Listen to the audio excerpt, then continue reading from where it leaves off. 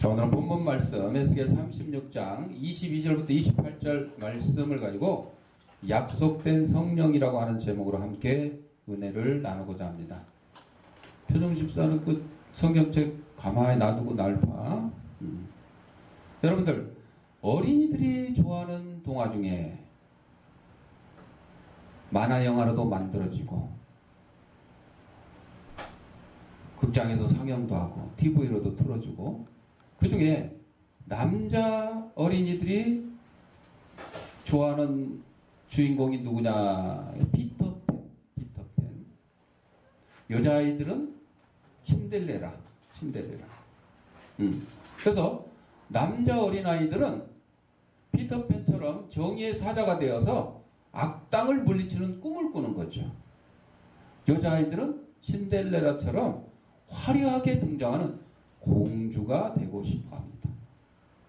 동화의 내용은 단순한 이야기가 아니고 사람 속의 심리를 읽습니다. 그래서 남자에게는 피터팬 신드롬이, 어른이 돼서도, 나이가 30 돼서도 그 피터팬을 꿈꾸는 남자들도 있어요. 또 나이 30 넘어서 신데렐라와 같은 그런 꿈을 버리지 않고 꾸고 있는 여자 청년들도 있죠. 남자는 능력자가 되고 싶은 본능, 여자는 보호받고 싶은 본능이 있습니다. 물론 시대가 다양화되며 반대 현상도 생깁니다. 요즘에 남자가 옛날에는 막 힘세고 근육 나오고 이런 남자를 여자들이 좋아했는데 거꾸로 돼가지고 이제는 연약하고 이쁘장하고 이런 남자를 또 이제 옛날에 주로 이제 남자가 연상이고 여자가 연하였어요. 그런데 의학적으로 보면 여자가 연상이고 남자가 연하, 이 커플이 맞다 그래요. 왜? 여자가 남자보다 수명이 길잖아요. 그래서 남자가 죽고 나면요, 여자는 평균 15년을 산대요. 근데 거꾸로 부인이 먼저 죽고 나면 남자는 1.5년밖에 못 산대. 그러니까 남자가 오래 살려면 부인이 있어야 돼요. 근데 또 거꾸로 얘기하면 여자가 오래 살려면 남자가 없어야 돼. 근데 혼자 오래 살면 뭐해요? 둘이 같이 오래 사는 게 낫겠지. 하여튼 요즘은 이제 이 피터팬, 신데렐라가 좀 바뀌었어. 뭐 하여튼 뭐 현재 시대 상황에 따라서 조금 바뀌기는 했습니다만은, 그건 하여튼 그래도 대부분 아직도 여자는 보호받는, 남자는 보호하는. 근데 이제 그 나이가요 50대가 넘어가면 이제 의학적, 생리학적으로 남자는 남성 호르몬이 줄어들면서 여성 호르몬이 늘어나요. 그래서 여성화가 돼. 그래서 드라마를 봐도 젊은 사람들은 여자가 더 많이 울고 이러는데 나이 먹은 사람들은 남자가 더 많이 운대요. 왜? 여자는 또 반대로 나이 먹으면 여성 호르몬이 없어지는 대신 남성 호르몬이 막 많이 생겨. 그러니까 막 남성저처럼 우악스러워지는 거야. 강해지는 거야. 그 TV 프로그램에 보면 얼마예요 프로요 있어. 이은철 전 MBC 사장했던 아나운서하고 뭔윤이? 최윤인가 그 부인 나오는데 그 부인이 평생 이은철을 아주 자식 키우듯이 이렇게 키우고 다 해줬어. 그래가지고 지금도 나이 60 넘어서도 다 챙겨줘야 돼. 그러니까 지금은 그 이은철 그분이 전 MBC 아나운서가 부인 없으면 못 살아. 그런 정도가 돼버렸어요. 이게 나이 먹을수록 이렇게 바뀌는 거죠. 자, 사람은 누구나 화려하게 비상하는 꿈을 꾼다 그래요. 비상, 날아가는 거죠. 픽 날아가는 거죠. 비상을 위해서 능력을 소유하고 싶어요. 이를 위해서 열심히 노력하죠. 언젠가는 노력하는 결과가 올 거라는 희망을 가지고 공부도 하고 노력을 하죠. 거의 모든 사람이 노력한 거에 결과를 얻어요. 열심히 공부하는 사람이 성적도 좋은 거예요. 특별히 뭐 머리가 나빠서 아무리 공부해도 안 되는 사람이 있다고 하는데 이거는 그 공부하기 싫어하는 사람들 핑계예요. 나는 원래 머리가 나쁘니까 공부해봐야 소용이 없어. 여러분 발명왕 에디슨이 뭐라 그랬어요? 머리가 99%라 그랬어요? 아니요. 노력이 99%였어요. 머리는 1%라 그랬어요. 1%. 재능은 1%라 그랬어요. 그러니까 노력이 그래서 에디슨이 뭐 이런 전구 이런 거 발명할 때 한 번에 딱 발명했어요? 아니요. 수천 번 수만 번 반복하고 실패하고 이렇게 해가지고 여러분들 잘 아는 동화 있잖아요. 어렸을 때 에디슨이 그 닭장에 가가지고 뭘 품고 있었어요? 달걀을 품고 있었어요. 왜? 어미닭이 달걀을 품고 있으니까 병아리가 나오니까 나도 품고 있으면 병아리가 나올 것이다. 이 생각이 잘못된 거예요? 잘 된 거예요? 잘못된 게 아니요. 그래서 나온 게 뭐예요? 어미닭이 없어도 달걀이 병아리로 나올 수 있는 뭐가 발명됐어요? 부화기. 우리 저 표세종 집사님은 해봐서 알아. 부화기. 엄마 닭이 달걀을 품고 있는 똑같은 온도, 똑같은 기간을 유지해서 기계로 온도를 조절하고 이렇게 해주면 거기서 병아리가 나오는 거예요. 그러니까 에디슨이 한 그 어처구니 없는 그 당시 어처구니 없는 행동은 지금 말하면 어처구니 없는 행동이 아니라는 거죠. 여러분 여름에요. 진짜로 여름에 더운 날 베란다에다가 계란을 몰고 놔뒀더니 병아리가 부화됐다는 뉴스를 여러분들 본 적이 있을지 모르겠어. 저는 들은 적이 있어요. 인터넷 같은 데 보면 나와요.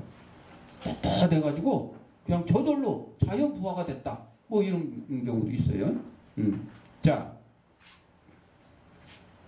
사람이 노력한 것의 결과를 얻는데 그러나 노력한 만큼 또 안 돼가지고 허탈감에 빠진 포기하는 자포자기하는 그런 사람들도 있기는 있어요. 그러나 분명한 것은 노력해서 대부분 되지만 또 안 되는 것도 있죠.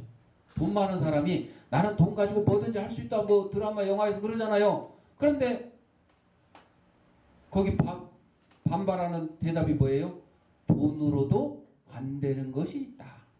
예를 들어 뭐 좋은 집, 좋은 차, 돈 가지고 돼요?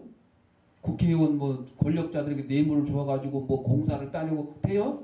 근데 사랑을 얻으려고 자기가 마음에 드는 여자의 사랑을 얻으려고 막 돈으로 막 보석 사주고 샤넬 백 사주고 막 이렇게 했는데 영화나 드라마 보면 막 안 되고 그런 경우 있죠. 사랑은 돈으로 살 수가 없다. 안 되는 경우도 있기는 있어요. 예? 그것은 인간의 차원이 아닌 하나님의 차원의 일이다. 인간이 아무리 노력을 해도 안 되는 게 있다.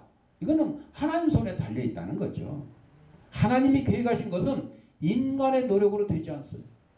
여러분 옛날에 그 바벨탑 있잖아요.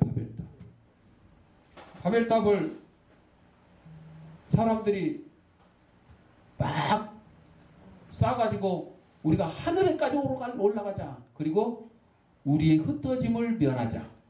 바벨탑을 쌓은 목적이 뭐냐? 흩어짐을 면하자. 우리 그냥 단일 민족으로 오래오래 살자. 근데 그 바벨탑으로 말미암아 하나님이 노하셔가지고 바벨탑을 중단을 시켰죠. 그때 무슨 혼잡이 생겼어요? 언어의 혼잡이 생겼어요. 그때는 똑같은 말 한 가지 말로 썼어요. 언어의 혼잡이 생겼어요. 그래가지고 야 물 갖고 와 그러는데 갑자기 그때부터 말이 바뀐 거예요. 벽돌 갖고 오고 벽돌을 갖고 와 그러는데 물 갖고 오고 일이 안 되는 거예요. 그래서 아니 우리가 흩어짐을 면하자고 바벨탑을 쌓았는데 결론은 어떻게 해버렸어요? 흩어져 버렸어. 흩어져 버렸어. 이건 사람의 힘으로 안 되는 거예요. 하나님의 힘으로 하는 거예요. 하나님의 힘으로.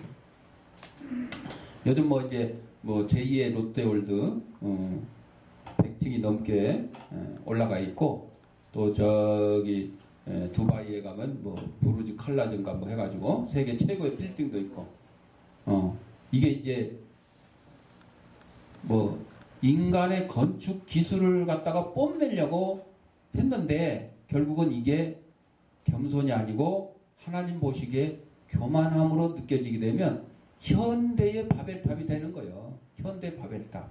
그걸 이제 우리가 조심해야 돼요.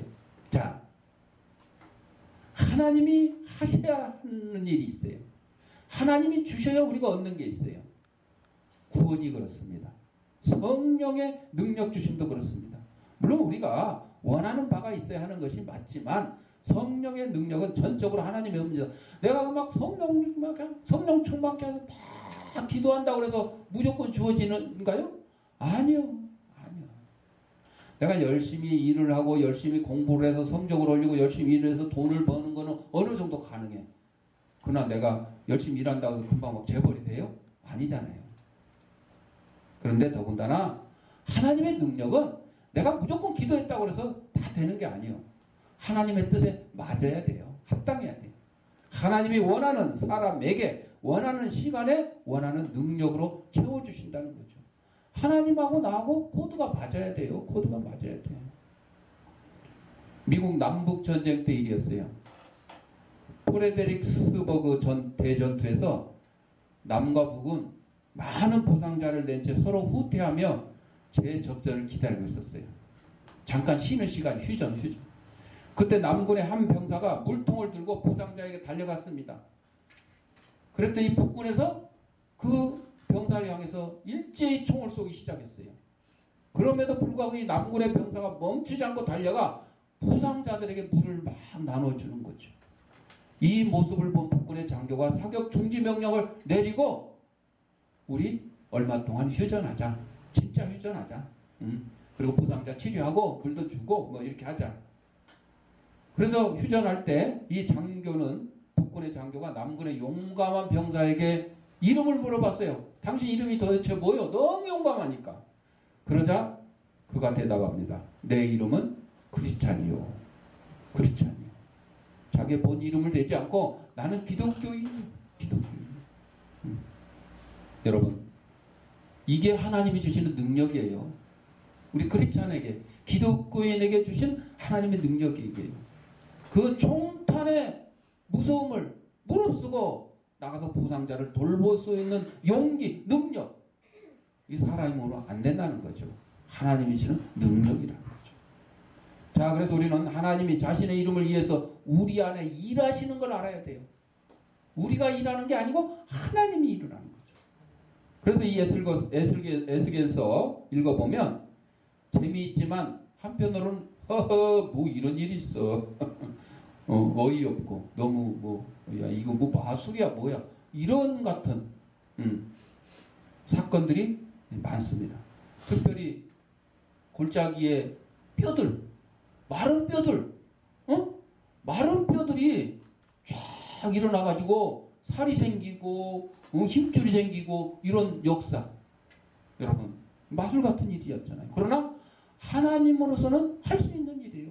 여러분, 아니 뭐 해골을 갖다가 뭐 사람 만드는 일도 아니죠. 하나님께서 인간을 창조하실 때 뭘로 만들었어요? 아담은 흙을 캐가지고 여자는 아담의 갈빗대 하나를. 제가 여러분 그래서 이 얘기 하잖아요. 여자들은요 뼈대 있는 사람들이야. 갈빗대. 남자는 흙으로 만들어 얼마나 연약해, 약해. 그러니까 가까이 얘기한 이윤철 전 아나운서처럼 부인이 남편을 보기를 아이고 이 흙으로 만든 주제에 까불고 있어. 나는 뼈대 있는 여자야. 그러면서 오히려 좀 이해하고 좀 돌봐줘야 돼. 그래야 되는 것 같아. 어제 이제 인천에 그 치매 예방학교 지금 강사 교육을 받으러 갔어요. 그래서 노인네들 치매 안 걸리도록 이렇게 하는 그거를 이제 교육을 받는데 거기서도 그 얘기했어요. 그 최영식 목사님, 강사 목사님이 그 얘기 한 거죠. 남자는 흙으로 만들어졌지만 여자는 뼈로 만들어졌다. 그래서 이제 여자가 오래 사는 이유 중에 하나가 뭐냐? 이거지. 여자는 뼈로 만들어지고 남자는 흙으로 만들어졌어. 남자는 힘없다 이거지. 겉으로는 막 힘세고 강건한 것 같지만 수명을 보면 아니 힘센 사람이 오래 살아야지. 그러나 여러분 동물이나 사람이나 짐승이나 또 전쟁터에서나 힘센 사람이 오래 사는 게 아니고요. 오래 사는 사람이 강한 자예요. 오래 사는 사람이. 그러니까 여자가 더 강한 거예요. 남자보다. 세계를 지배하는 건 누구라고 그랬어요? 남자. 근데 그 남자를 지배하는 게 여자. 뒤에서 조정해. 뭐 젊었을 때는 잘 안 되죠. 나이 50 넘어서부터는 여자가 시킨 대로 다 해야 돼. 아유, 야 마누라 말 안 들으면 밥도 굶어 죽게, 밥도 굶게 되는 그런 세상이 왔어요. 자, 이 에스겔서에 보면 막 여러 가지 신비한 일들이 많이 있는데 이것이 이제 상징적인 거죠. 상징적인 거. 이 상징적인 행동이 여러 번 나오죠. 퍼포먼스. 요즘 말로 하면 퍼포먼스. 에스겔이 스스로 결정하여 상징적 행동을 한 것이 아니라 누가 시켰어요? 하나님이 그렇게 하라고 시켰어요. 하나님이. 그리고 하나님의 뜻을 전하도록. 퍼포먼스를 통해서 하나님의 뜻을 전하도록. 그렇게 했죠. 백성들이 에스겔이 전하는 말씀을 좋아하든지 말든지.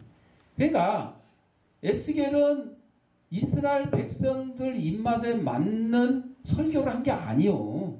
하나님이 전하라고 하는 말씀을 전한 거예요. 목사가 그래야 돼요. 목사가. 성도들 입맛에 맞는 설교를 하는 게 아니라 하나님께서 전하라고 하는 말씀을 전하는 거예요. 그 성도들이 그러겠죠. 어이, 그 말씀을 뭐 하나님이 전하라고 했는지 안 했는지 지가 어떻게 알아. 내가 봐도 아닌 것 같은데 그냥 자기가 막 그냥 뭐 성경책 보고 이 주석 보고 뭐 이렇게 해서 인터넷 뒤져보고 해서 연구해서 뭐 설교문 작성해서 전한 것 같은데 어떻게 그게 하나님이 전하라고 한 말씀 같아? 여러분 준비를 그렇게 했어도요. 전할 때 보면 정말 성도들의 입맛에 맞는 그런 설교를 하는지 안 하는지는 다 알아요. 듣는 사람들. 성도들 간에 그 목사님의 설교를 듣고 단 한 사람이라도 가슴 찍 뜨끔 야, 저 나보고 하는 소리라구나. 나보고 회개하라고 하는 소리구나. 나보고 더 충성하라고 하는 소리구나. 나보고 더 봉사하라고 하는 소리구나. 헌신하라고 하는 소리구나. 이렇게 듣는다 그러면 그게 하나님이 전하는 말씀이 맞아요. 하나님이 이렇게 전하라고 한 말씀이야. 근데 다 들어보니까 엄매 우리 목사님 설교 참 재밌어. 아따 즐거워. 내 마음이 너무 편해. 뜨끔한 거 하나도 없어. 그러면요. 그건 하나님께서 전하라고 하는 말씀이 아니라는 거죠. 여러분 성도의 입맛에 맞게 전하라고 하는 게 하나님의 말씀이 아니라는 거죠. 그렇다고 맨날 뭐 목사님이 뭐 성도들 막 그냥 두들겨 패는 막 그냥 막 까고 막 맨날 막 그냥 야단만 치고 이런 설교하면 또 그것도 시험 들겠죠. 예? 하나님께서 그래도 주시는 대로. 이제 어떤 목사님들은 자기는 이제 뭐 설교한 지가 뭐 50년 되고 얼마 돼가지고 이 원고도 필요 없어.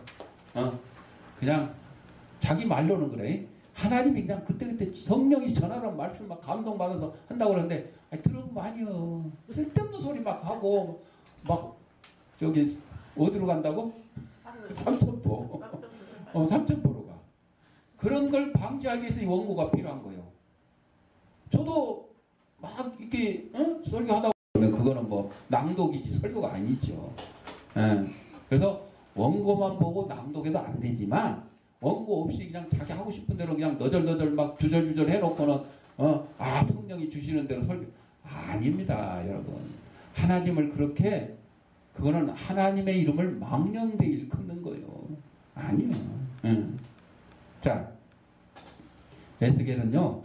백성들의 입맛에 맞든 안 맞든 그냥 하나님이 전해라 하면 에스겔 선지자만 그랬어요? 다 그랬어요. 선지자들 다 그랬어요. 예레미야 선지자도 그렇고 다 그랬어요. 사무엘도 그렇고 다 했습니다. 사무엘이 뭐 사울왕 입만 맞춰서 뭐 했어요? 아니요. 야단치고 말이야. 사무엘이 늦게 온다고 막 사울이 지 맘대로 제사 지냈다고 야단치고 나중에는 결국 너는 이제 왕도 뺏길 것이다. 아주 막 대놓고 막 왕한테 야단치고. 왜? 하나님의 말씀에 하나님의 뜻에 어긋나면 왕이라고 할지라도 야단 맞게 돼 있는 거죠. 그거를 받아들이는 사람이 훌륭한 사람이야. 사울은 그거 받아들이지 않았어요. 예.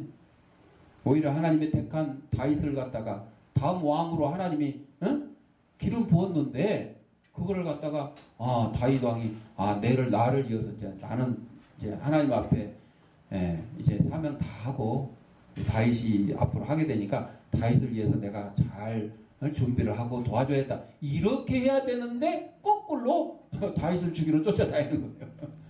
다음 왕 없애버리면 자기가 계속 왕 할 줄 알고. 아니에요. 하나님의 뜻은 그거 아니에요.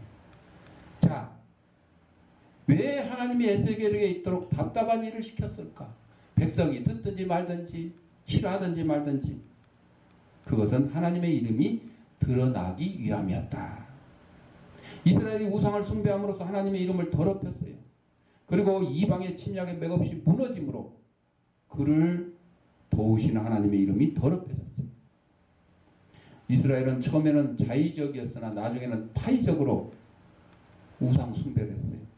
처음에는 그냥 강제로 우리보다 힘센 나라가 와가지고 옛날 일본이 우리나라 와가지고 신사참배하라고 막 억지로 시키니까 할 수 없이 했는데 나중에는 이게 습관이 돼가지고 그냥 하는 거예요. 신사참배, 동방요배. 예? 저 천왕이 있는 일본을 황궁을 향해서 절을 하고 이스라엘 백성도 그렇게 됐어요.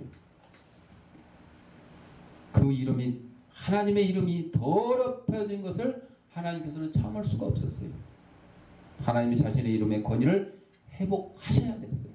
그 회복의 책임이 이스라엘에게 있습니다. 그래서 에스겔에게 하나님의 말씀을 전하라고 명령을 한 겁니다. 자, 그리고 두 번째로 여호와의 거룩함이 드러날 것이다 그랬습니다. 하나님의 이름은 거룩한 이름입니다. 사람들이 감히 입에 담을 수 없는. 지금은 우리가 여호와 하나님 그냥 다 하잖아요. 근데 구약 시대에는요 어떻게 한 줄 아세요? 여호와의 이름을 감히 부를 수가 없어요. 여호와라는 단어가 나오면 성경을 이렇게 필사하는데도요. 그 여호와라는 단어 나올 때마다 손을 새로 씻었어. 지금 여러분 손 씻기 이거 하잖아요. 이거 옛날 이스라엘 때부터 있었어. 이때는 코로나 때문에 씻는 게 아니라 뭐 때문에? 여호와의 이름 나올 때마다 손을 씻었어요. 여호와의 이름을 적을 때마다. 그만큼 여호와의 이름은 두려워하는 존재였어요. 그리고 히브리어 성경에 보면 여호와라고 자음만 쓰고 모음이 없어요. 모음이 없어요. 그래서 여호와 이렇게 못 부르고 대신 주 아도나이 주여, 지금 우리말로 하면 주여 이렇게 불렀어요. 여호와 야훼 이 이름 자체를 아예 입에 담지 못했어요. 그러다 보니까 나중에는 여호와라는 글씨만 남았어요. 이름 어떻게 발음을 못하게 되고 왜? 계속 아도나이 이렇게 하다 보니까 여호와의 진짜 그 이름 발음을 잃어버렸어요. 이처럼 여호와의 이름이 두려운 존재였죠. 그래서 여호와의 이름이 구약에서는 존재를 상징해요. 그런 그 거룩한 여호와의 이름이 더럽혀졌다. 이거는 하나님의 존재가 무시당했다. 여러분들 보통 그렇죠. 자존심 얘기할 때 그러잖아요. 내가 밥을 한 끼 굶을 망정 내가 저놈한테 머리 숙일 수는 없다. 뭐 이런 자존심 때문에 그렇다고 그러잖아요. 자존심. 아니 우리 인간도 피조물인 인간도 자기의 이름 석자값 자존심 상해서 내가 못하겠다 뭐 이런 얘기를 하는데 천지 만물을 지으신 하나님의 이름이 더럽혀졌는데 하나님께서 자존심 내팽개칠 수 있겠어요? 아니잖아요. 이거를 회복하기 위해서 에스겔 선지자를 불렀고 그 에스겔 선지자를 통해서 하나님께서 말씀을 전하도록 했습니다. 온 세상 사람들이 하나님의 거룩한 이름을 부르게 하신 거죠. 하나님이 그것을 계획하셨고 바로 에스겔에게 알리셨어요. 이스라엘을 통해 이루시기를 원하셨어요. 이스라엘이 하나님의 이름을 더럽혔지만 거룩하게 할 기회를 주셨어요. 더럽힌 자에게, 망친 자에게. 여러분, 아이들이 뭐 놀다가 물도 쏟기도 하고 뭐 하기도 하잖아요. 장난감 어지럽히기도 하고. 그거를 그 어지럽힌 아이에게 다시 치우게 해야 돼요. 치우게 해야 돼.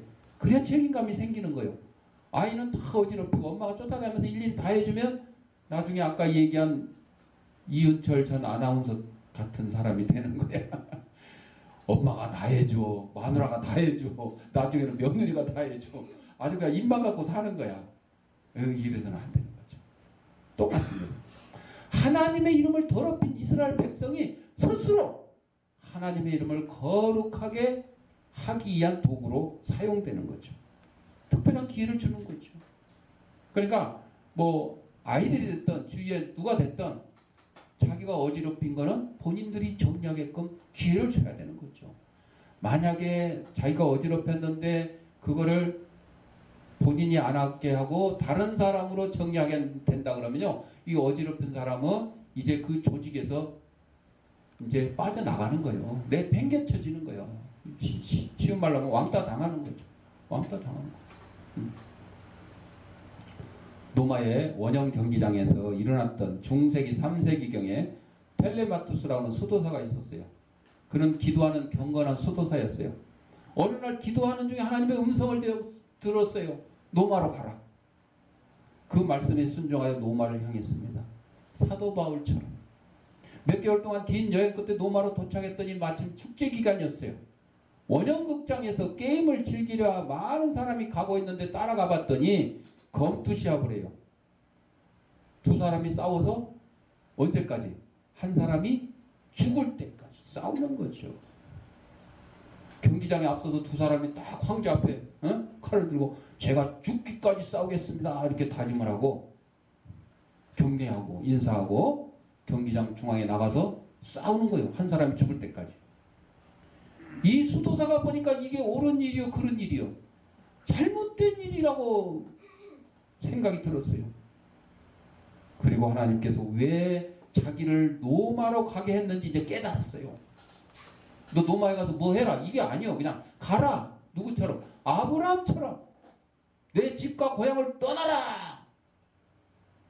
어디로 갈 바를 알지 못하고 간 것처럼. 싸움이 막 시작되는 순간 그는 많은 군중 앞으로 나가서 얘기합니다. 예수의 이름으로 멈춰라. 예수의 이름 멈춰라. 지금 이 검투사 이거 하는 게 누구 이름으로 하는 거예요? 황제 이름으로 하는 거예요. 황자 노마 황제의 명령으로 지금 하는 거예요. 그런데 예수의 이름으로 멈춰라. 영문을 모르는 사람들은 저것도 쇼인갑다. 퍼포먼스. 응? 응. 오늘 프로그램에 들어있는 건갑다 하고 막 박수치면서 좋아요. 그러니까 검투사들이 막 싸우는 거예요. 이제는 경기장으로 뛰어들어갔어요. 싸우는 그 검투사들이 싸우는 경기장으로 들어가지고 예수의 이름으로 멈춰라. 관중들이 이제 좋아했겠어요? 아니요. 거기 온 관중들은 검투사 둘이 막 그냥 한 놈 죽을 때까지 싸워야 막 그냥 스릴을 느끼고 막 대신 대리 만족을 느끼는데 그러니까 막 야유를 보내면 난리 그냥 역정을 냈어요. 바로 그때 검투사 중 한 사람이 이 경기를 방해하는 수도사를 칼로 찔러버렸어요. 이 수도사가 칼에 맞아 쓰러지면서도 외칩니다. 예수의 이름으로 멈춰라. 그러자 경기장의 분위기가 숙연해졌습니다. 야유하고 조롱하던 많은 사람들이 입을 다물었습니다. 그때 한 사람이 일어나 자리에서 퇴장했어요. 바로 로마 황제였습니다. 로마 황제가 싹 퇴장하니까 고관 대작들도 다 따라서 퇴장합니다. 수도사를 죽였던 검투사들도 고개를 숙이고 퇴장하고 간중들도 뿔뿔이 흩어졌습니다. 이게 AD 391년에 있었던 사건. 그리고 이때부터 사람을 죽이는 검투사의 결투가 사라졌다 그랬습니다. 이 누구의 힘으로 사라진 거예요? 소두사의 이름은 아니죠. 하나님의 힘으로. 옳지 못한 것은 하나님의 능력으로 없애는 거죠. 그거를 이 수도사는 도구로, 하나님의 도구로 사용되었던 것입니다. 여러분, 옳지 못한 것, 하나님의 말씀에 어긋나는 것, 내 한 사람의 힘으로는 할 수 없습니다. 막을 수 없습니다. 그러나 누구의 능력으로? 하나님의 능력으로 막을 수 있다. 이런 용기를 가지고 나아가셔야 될 겁니다. 하나님의 백성을 정결하게 하실 것입니다. 하나님의 건의 회복은 이스라엘을 통해서 드러났습니다. 하나님의 배반한 이스라엘을 한 번 더 믿어주셨어요. 한 번 더 기회를 주셨어요. 뭐 한 번만 기회 줬어요? 약 수십 번, 수백 번. 그러니까 예수님이 제자들이 이웃을 몇 번 용서해야 될까요? 그랬더니 몇 번 용서를 했어요? 70번씩 7번. 77은 490번. 여러분, 아니 7번 용서하기도 힘들어. 한 번 용서하기도 힘든데 70번씩 7번 490번 말이 숫자지. 그냥 계속 용서하라는 거야. 계속 용서하는 거야. 이게 구약에서 이스라엘을 향한 하나님의 그 용서, 이것이 그대로 반영된 거예요. 뭐 새로 나온 게 아니고. 응? 이스라엘이 하나님을 원망하고 배반하고 그래서 죄에 대해서는 책망했고 벌을 주셨어요. 그렇지만 이제는 용서하시는 거죠. 이스라엘을 다시 사용하는 것. 이것이 하나님의 은혜입니다. 하나님이 이스라엘을 용서하시고 다시 품어주셨어요. 비록 이스라엘이 망하여 포로 생활을 하고 있지만 벌 받는 거예요. 벌은 받게 하는 거죠.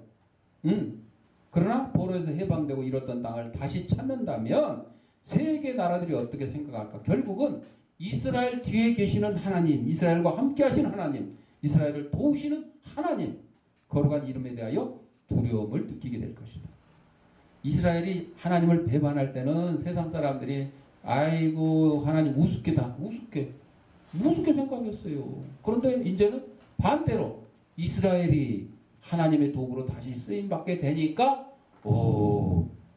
역시 하나님 위대하신 분이시구나. 유일무이하신 신이시구나.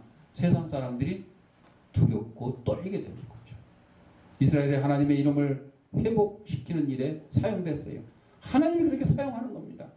그래서 마지막으로 우리는 하나님이 새 영으로 새로운 언약을 맺으신다는 사실을 기억을 해야 돼요. 고향으로 돌아온 이스라엘이 새로운 역사를 시작합니다. 비가 온 뒤에 땅이 더 굳는다. 포로 생활 중에 고통받았던 이스라엘이 하나님의 이름을 더욱더 높일 것입니다. 그래서 이걸로 끝났어요? 아니야. 가장 이제 최근의 역사를 2차 대전 때 히틀러가 유대인을 600만 이상 살해했잖아요. 왜 이스라엘 백성들, 유대인들이 살해당했을까? 마찬가지입니다. 똑같아요. 역사의 반복 속에서, 성경의 역사의 반복 속에서 이스라엘이 하나님을 배반하니까 하나님이 매를 쳐서 심판을 하시고, 그리고 다시 울부짖으니까, 회개하니까 하나님이 다시 들어쓰시고. 지금 이제 이스라엘 백성 매 맞는 일이 지금 거의 없잖아. 2차 대전 이후에 그냥 승승장구하고 있어요. 세계 정치를 움직이고 세계 경제를 움직이는 사람들이 누구예요?